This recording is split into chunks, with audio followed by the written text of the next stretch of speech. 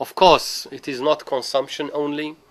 Commerce in intoxicants is haram. Cultivating vineyards for the purpose of selling grapes to winemakers is haram. Cultivating vineyards to sell grapes is halal. There's no issue. But if the purpose of the activity, of the agricultural activity, is to sell those grapes to a winemaker in order to make wine, and you know it, that renders the activity, although you are a farmer, seemingly you didn't do anything wrong, but that activity is haram. And so Rasulullah ﷺ says, if someone stockpiles grapes during harvest time and holds them in order to sell them to anyone who produces khamr, he will be leaping into fire with his eyes open. That is the consequences of such an activity. And so in this society specifically, by the same token, acquiring, selling, circulating, aiding in the distribution of drugs is haram, even if you, supposedly the Muslim, do not consume them yourself. It does not make that activity halal. Any question up to here? Yeah, sister, please. I have a friend who eats meat that is like not halal, like chicken. Is that still haram? And she's a Muslim. نعم, there is yes, the sister is asking that she has a friend who eats the chicken, I guess, from the supermarket, the meat of the chicken from the supermarket that is not necessarily from a Muslim store that sells halal meat. Is that considered haram? There is an opinion of the scholars that say, based on the ayah, that the meat and the food of Ahlul Kitab is halal for you. And those scholars use this basis to say that this is their food, therefore it is halal.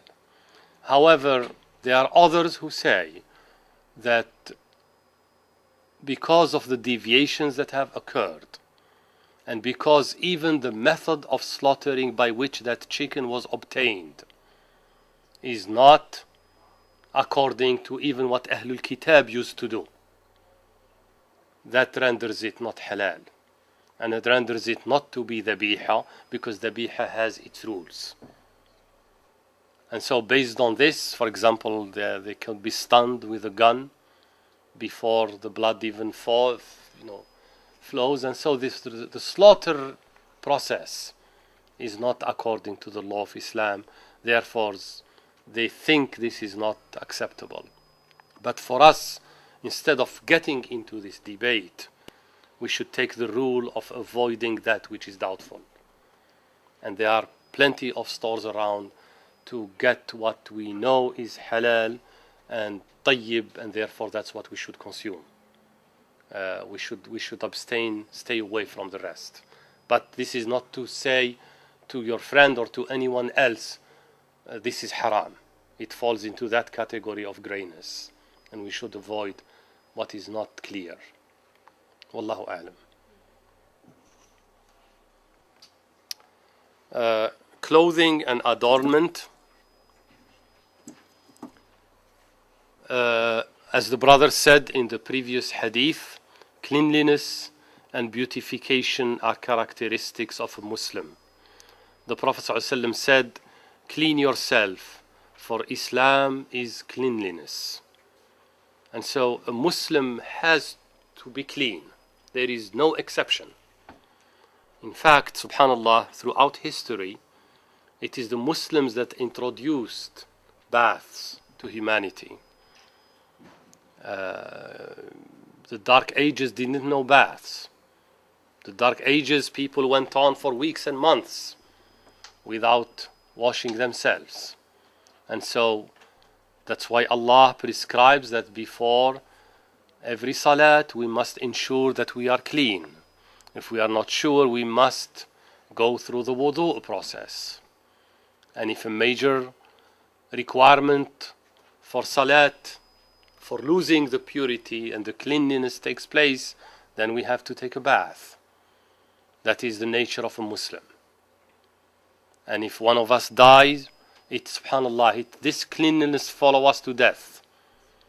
Even if someone dies, it becomes the duty of all those around him or her to carry out the duty of washing that body before burial. Isn't that the case?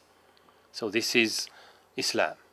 Cleanliness is part of Islam. So it does not mean that you are pious because you leave everything aside. You don't care about anything because you are so pious. And so out of that understanding, the wrong understanding of piety, I shall not clean myself because this earth is not going to stay anyway. It's going to perish. It's dirty by itself. This is not the vision of Islam. Allah subhanahu wa ta'ala and Rasulullah sallallahu alayhi wa sallam detailed how we should be clean. And we must be clean. He also said sallallahu alayhi wa sallam, cleanliness invites toward faith. Subhanallah, cleanliness invites lil iman, toward faith. And faith leads its possessor to the garden. And so the one who possesses faith, that faith leads him to the garden, which is the Jannah. So this is on cleanliness. There is no dispute about the need to be clean. It is a duty, it is a necessity, and it is a must. On the ornaments, gold and pure silk are haram to Muslim man, but they are halal to Muslim women. The Prophet ﷺ said, these two are haram for the males of my ummah, or my followers. And of course, we understand permissibility to woman is in consideration of her feminine nature of love for jewelry and ornaments. The Shari', the legislator who is Allah, who created woman, knows their need and knows their desire for these things. Therefore, they are exclusively for them. They are not to be shared by man. Any man who disputes this and shares the gold and the silk, then he is committing an act of haram. But permissibility to woman, as we said, is in consideration for her nature. However, this should not be used outside of that which is pleasing to Allah. There is a correction there. It's pleasing to Allah subhanahu wa ta'ala.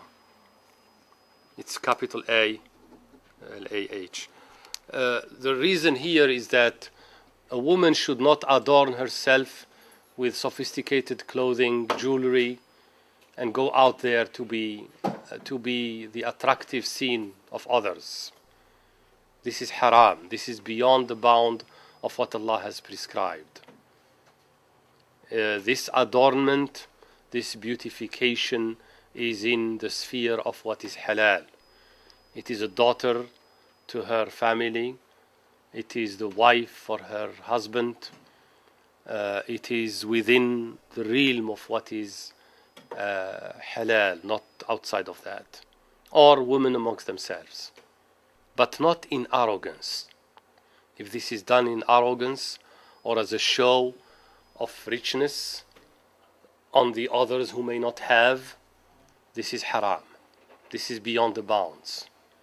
SubhanAllah, everything is balanced. We have to keep everything in balance when we do things. Also, as we know, we need to observe. Muslim women need to observe the rules of dress. And the dress rules are very simple. The dress must cover all the parts of the body that must be covered. Only should be seen what was accepted or what was allowed by the Sharia to be seen.